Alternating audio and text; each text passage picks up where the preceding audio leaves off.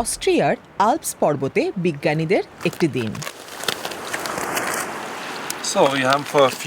পরীক্ষা করার জন্য ৪ দিন আগে এই খুঁটিটা বরফে পুঁতেছিলাম।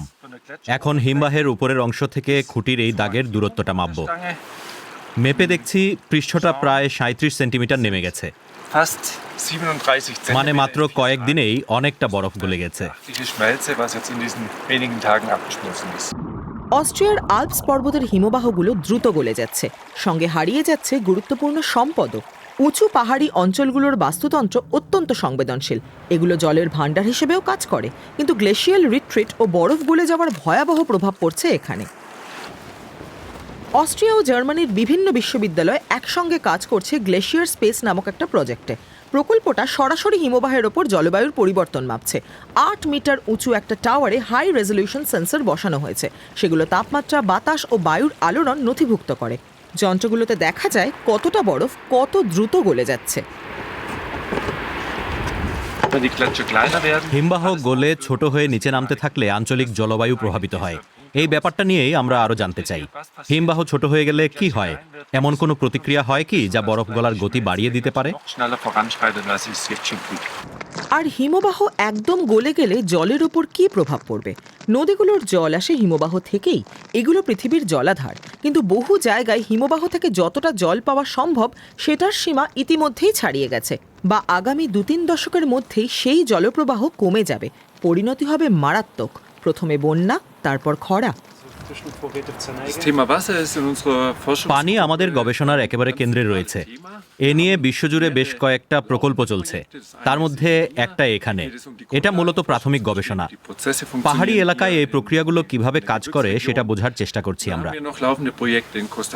এছাড়াও কোস্টারিকা ও উজবেকিস্তানে কিছু প্রকল্প আছে।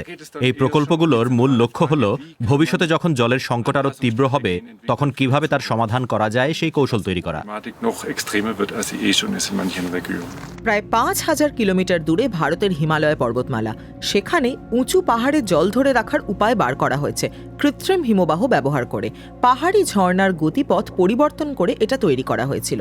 একটা খাড়া পাইপ থেকে ফোয়ারার মতো জল ছিটকে বের হয়। শীতের সময়টা জলটা জমে শঙ্কুর মতো বরফের স্তূপ তৈরি করে, এগুলোকে বলা হয় আইস স্তূপা। বসন্তের রোদ গায়ে না লাগা পর্যন্ত এই জল জমেই থাকে, তারপর তা গলে যায় ও সেই জল গাছপালা শুষে নেয়। কিন্তু সময় ফুরিয়ে আসছে।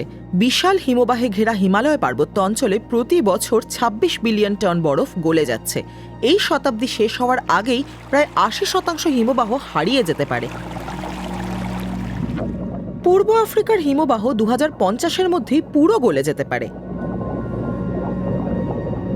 এবং ইউরোপে জলবায়ু পরিবর্তন ও বিশ্ব উষ্ণায়ন রোধ করতে না পারলে এই শতাব্দীর অন্তিমে আল্পস পর্বতের ৯০% বরফ গলে যেতে পারে। ২০১৫-র প্যারিস জলবায়ু সম্মেলনে এই পরিস্থিতি যেন দেখতে না হয় সেই প্রতিশ্রুতিই নেওয়া হয়েছিল। পৃথিবীর উষ্ণায়ন ১.৫ ডিগ্রি সেলসিয়াসের মধ্যে সীমাবদ্ধ রাখার লক্ষ্য হয়তো আর পূরণ করতে পারবো না। আমরা সেই সুযোগ হারিয়েছি, কিন্তু এখনো সময় আছে পরিস্থিতি বদলানোর। কার্বন নিঃসরণ কমিয়ে জলবায়ুকে ঠান্ডা করার পথ এখনো খুঁজে পাওয়া সম্ভব। তাহলে হয়তো হিমবাহগুলো আরো কয়েক বছর টিকে থাকবে।